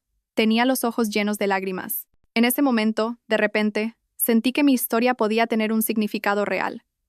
No era solo mi historia personal, sino la de muchas mujeres que sufrían en matrimonios infelices. Al final de la fiesta, el señor Ibáñez me puso un chofer para llevarme al hotel. En el coche me entregó una carpeta. Directora, esta es la invitación para el Foro Empresarial Asia-Europa del mes que viene. El grupo ha decidido que usted nos representará y dará el discurso de apertura. La abrí, era el foro más importante del sector. Normalmente, solo asistían directivos de nivel vicepresidente para arriba. Creo que no tengo suficiente experiencia. No sea modesta, rió el señor Ibáñez. Sus resultados en la sede de Singapur son incuestionables. Además, añadió, con un tono significativo, su experiencia personal encaja perfectamente con el tema del foro de este año. La reinvención del liderazgo en tiempos de cambio. De vuelta en el hotel, no podía dormir. Por la ventana se veía la espectacular noche de Madrid. Un esplendor diferente al de Singapur. En apenas un año, mi vida había dado un vuelco. De ser una esposa sin respeto a ser una alta ejecutiva de una multinacional. De ser una víctima que aguantaba humillaciones a ser un ejemplo que inspiraba a otros. Sonó el móvil. Un mensaje de Carla. ¿Qué tal? ¿Primer día de vuelta y ya adaptada? A ver si nos vemos mañana. Respondí con un emoticono sonriente. Claro, tengo 1000 cosas que contarte. Al día siguiente quedé a comer con Carla en un café tranquilo. Nada más verme, me abrazó con fuerza. Vaya, directora, ese carisma se nota a 100 metros. Me reí y le di un golpecito. Déjate de tonterías y cuéntame, ¿cómo va tu ascenso a socia del bufete? Ni me hables, Carla agitó la mano. Los vejestorios siguen diciendo que soy muy joven. Pero... Bajó la voz en tono conspirador. Acabo de pillar un caso gordo. La madre de Javier ha demandado a Valeria por la restitución del patrimonio. ¿Qué? Casi escupo el café. ¿Qué culebrón es este ahora? Resulta que mi ex suegra alegaba que Valeria había estafado a Javier y le reclamaba la devolución de un total de 500 euros de donaciones. Valeria, por su parte, alegaba que era una indemnización por su juventud perdida. Las dos mujeres habían montado un espectáculo en el juzgado. La suegra llamando a Valeria zorra, y Valeria respondiendo que ella no había sabido educar a su hijo. El juez estaba alucinando, contó Carla. Divertida. Negué con la cabeza. No quería saber más de esa farsa. Javier y su desastrosa vida ya no tenían nada que ver conmigo. Ah, dijo Carla, poniéndose seria de repente. Tengo que decirte algo importante.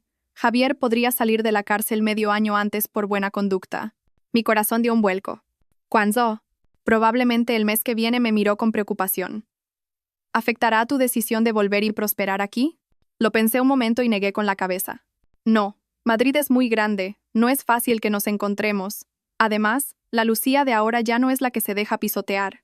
Esa es la Lucía que yo conozco. Carla levantó su copa. Por tu nueva vida. Los días siguientes fueron un torbellino. Asumí oficialmente el control del equipo de marketing y empecé a formar mi propio equipo. El discurso para el Foro Empresarial Asia-Europa lo revisé una y otra vez hasta dejarlo perfecto. El día del foro, elegí un traje a medida de color azul real. Profesional, pero sin perder la feminidad. Frente al espejo, casi no reconocía a la persona que me devolvía la mirada. Segura, imponente, con una mirada llena de convicción. A continuación, con el tema La reinvención del liderazgo en tiempos de crisis, recibamos a la directora de marketing de Grupo X, la Sra. Lucía Fernández. Entre aplausos, subí al estrado. Bajo los focos no podía ver bien las caras del público, pero eso me tranquilizó. Hace un año me encontraba en la mayor crisis de mi vida, mi voz era clara y firme.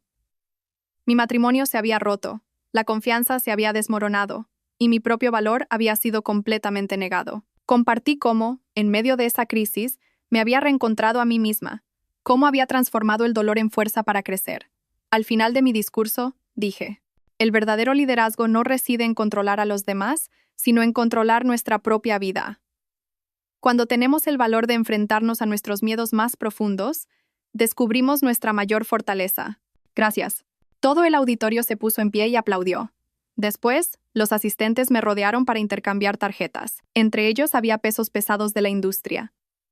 El señor Ibáñez, a lo lejos, me levantó el pulgar. Su cara reflejaba la alegría de haber descubierto un tesoro. En el coche de vuelta a la empresa, recibí un mensaje de un número desconocido. Lucía, he salido de la cárcel. He oído que te va muy bien. Enhorabuena. ¿Podríamos vernos una vez? Tengo tantas cosas que decirte. Era Javier. Mis dedos dudaron sobre la pantalla.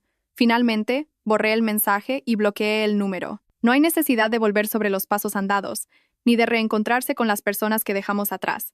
El video de mi discurso en el foro se hizo viral y me trajo algunas oportunidades inesperadas. Primero, solicitudes de entrevistas de varias revistas económicas. Luego, una invitación para participar como tertuliana en un programa de televisión.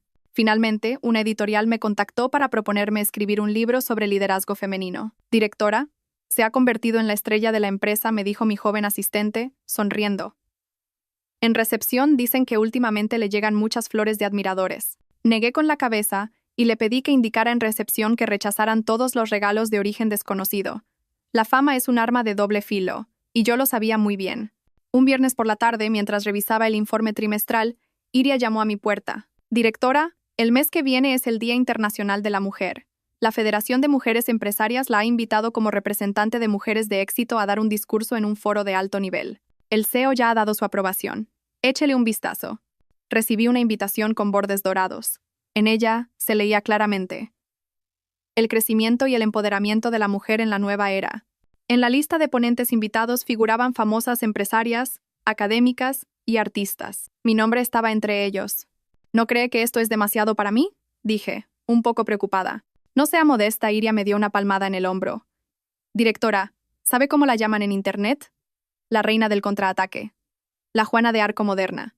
Su historia ha inspirado a muchísimas mujeres. Esa noche, llamé a mis padres por videollamada para darles la buena noticia. Mi madre, emocionada, no paraba de llorar. Y mi padre, orgulloso, dijo que avisaría a toda la familia para que vieran la retransmisión en directo.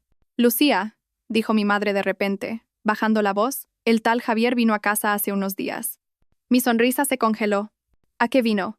Dijo que venía a pedir perdón, continuó mi padre. La verdad es que se le ve muy demacrado y mucho más educado. Dijo que sabía que se había equivocado, que no esperaba que lo perdonaras, pero que le gustaría tener la oportunidad de compensarte. Mamá, papá, no le disteis mi número, ¿verdad? Claro que no, se apresuró a decir mi madre. Tu padre casi lo echa a escobazos. Suspiré aliviada y les pedí que por favor no volvieran a recibirlo. Colgué y me quedé junto al ventanal, contemplando las luces de Madrid. La aparición de Javier había sido como una pequeña piedra arrojada a la calma de mi corazón, pero las ondas se disiparon rápidamente. El foro del Día de la Mujer se celebró con gran pompa en el Palacio de Congresos. Preparé un discurso titulado El camino de la reinvención personal de la mujer, del hogar al mundo profesional. Compartí cómo había salido de una relación tóxica y había recuperado mi propio valor. Cuando cedemos a otros el derecho a definirnos, perdemos nuestra libertad más preciada. Y el verdadero empoderamiento empieza por recuperar ese derecho. Mi voz resonó en la sala. El divorcio no es terrible. Lo terrible es no tener la capacidad de divorciarse. La soltería no es terrible. Lo terrible es no tener la capacidad de vivir sola. El público estalló en un aplauso atronador. Vi a muchas mujeres con los ojos empañados, entre ellas mi madre. Ella y mi padre habían venido a Madrid especialmente para asistir al foro. Después, una mujer de pelo cano, acompañada por un asistente, se me acercó.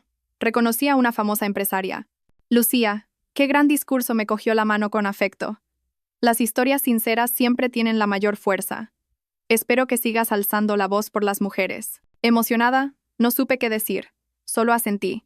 Los flashes de los fotógrafos no paraban de disparar, inmortalizando el momento. Esa noche, la foto ocupó la portada de los principales diarios económicos. En la recepción posterior al foro, recibí innumerables tarjetas y propuestas de colaboración. Estaba un poco cansada de atender a tanta gente cuando, en la puerta del salón, apareció una figura familiar. Era Javier. Llevaba un traje que no le sentaba bien y un ramo de flores, intentando colarse en el evento. La seguridad lo detuvo y se produjo un forcejeo. Dudé un momento y me acerqué. Lucía, los ojos de Javier se iluminaron al verme. Solo quería felicitarte en persona, estás impresionante. Había adelgazado mucho y tenía unas ojeras profundas. Ya no quedaba nada de su antiguo porte. El ramo de flores que llevaba era barato y tenía un aspecto lamentable. Javier, dije con calma, por favor vete. Sé que no tengo derecho a que me veas. Su voz se quebró. Me equivoqué de verdad. Valeria se fugó con todo mi dinero. Mi madre tuvo un infarto por el disgusto y está ingresada. Y he perdido mi trabajo. Es mi karma. Verlo llorar no me produjo ninguna emoción. La herida del pasado era tan profunda que ya no me quedaban fuerzas ni para odiarlo. Dejemos el pasado atrás, dije. Te deseo lo mejor, pero no vuelvas a buscarme. Lucía. Se arrodilló de repente. Dame una oportunidad. Seguridad, me di la vuelta y llamé. Por favor, acompañen a este señor a la salida. 2 guardias de seguridad agarraron a Javier por los brazos y lo arrastraron hacia afuera. Él se resistía, gritando mientras se giraba para mirarme. Lucía, eres una mujer despiadada, después de todo lo que hemos vivido. Todos en el salón se giraron para mirar y susurraban. Me recompuse, levanté la cabeza y volví al evento. Mi madre me recibió con cara de preocupación. La abracé suavemente. Mamá, estoy bien. Después de esa noche, Javier no volvió a aparecer en mi vida. Algunos decían que se había ido al sur a trabajar en la construcción. Otros que había vuelto a su pueblo a cuidar de su madre enferma. Fuera como fuese, ya no era asunto mío. El éxito del foro se prolongó durante un tiempo. Mis seguidores en LinkedIn se dispararon y cada día recibía cientos de mensajes de consulta y propuestas de colaboración. La empresa aprovechó la oportunidad para nombrarme directora del recién creado Centro de Desarrollo de Liderazgo Femenino y me concedió un paquete adicional de opciones sobre acciones. Con la llegada de la primavera me compré un piso en Madrid. El día de la firma, me aseguré de que la escritura estuviera únicamente a mi nombre. En el piso vacío, hice una videollamada a Carla para brindar virtualmente. Vaya, directora, ahora sí que eres una triunfadora, dijo Carla al otro lado de la pantalla, mordiendo una manzana. Pero, ¿y el amor? ¿Alguna novedad? Mi trabajo es mi amor, reí cambiando de tema. Oye, ¿y tu ascenso a socia? Gracias a ti lo conseguí. Carla levantó su copa con aire triunfal. Ahora los vejestorios del bufete me llaman letrada, con todo el respeto. Brindamos a través de la pantalla, celebrando nuestros respectivos éxitos. Colgué y salí al balcón. En el aire de abril de Madrid flotaba el aroma de las lilas. A lo lejos se veían los rascacielos del centro. Las luces brillaban como una galaxia. Hace un año todavía era la Lucía atrapada en un matrimonio infeliz. Hoy me había transformado en una mariposa, viviendo una vida que antes ni me atrevía a soñar. Sonó el teléfono. Un correo electrónico del editor de la editorial. Me enviaba el manuscrito revisado. Mis memorias, tituladas Renacer, estaban a punto de publicarse a finales de año. El editor me sugirió que añadiera un capítulo sobre cómo construir relaciones de pareja sanas. Porque, escribió en el correo, muchos lectores se preguntarán si, después de todo lo que ha pasado, usted todavía cree en el amor. Me senté en el escritorio, abrí el portátil y, en una página en blanco, escribí una línea. Creo en el amor. Pero creo más en mí misma. La verdadera seguridad nunca proviene de la promesa de otro, sino de la confianza en una misma. Fuera, una luna creciente se alzaba silenciosamente, tiñendo el mundo de plata.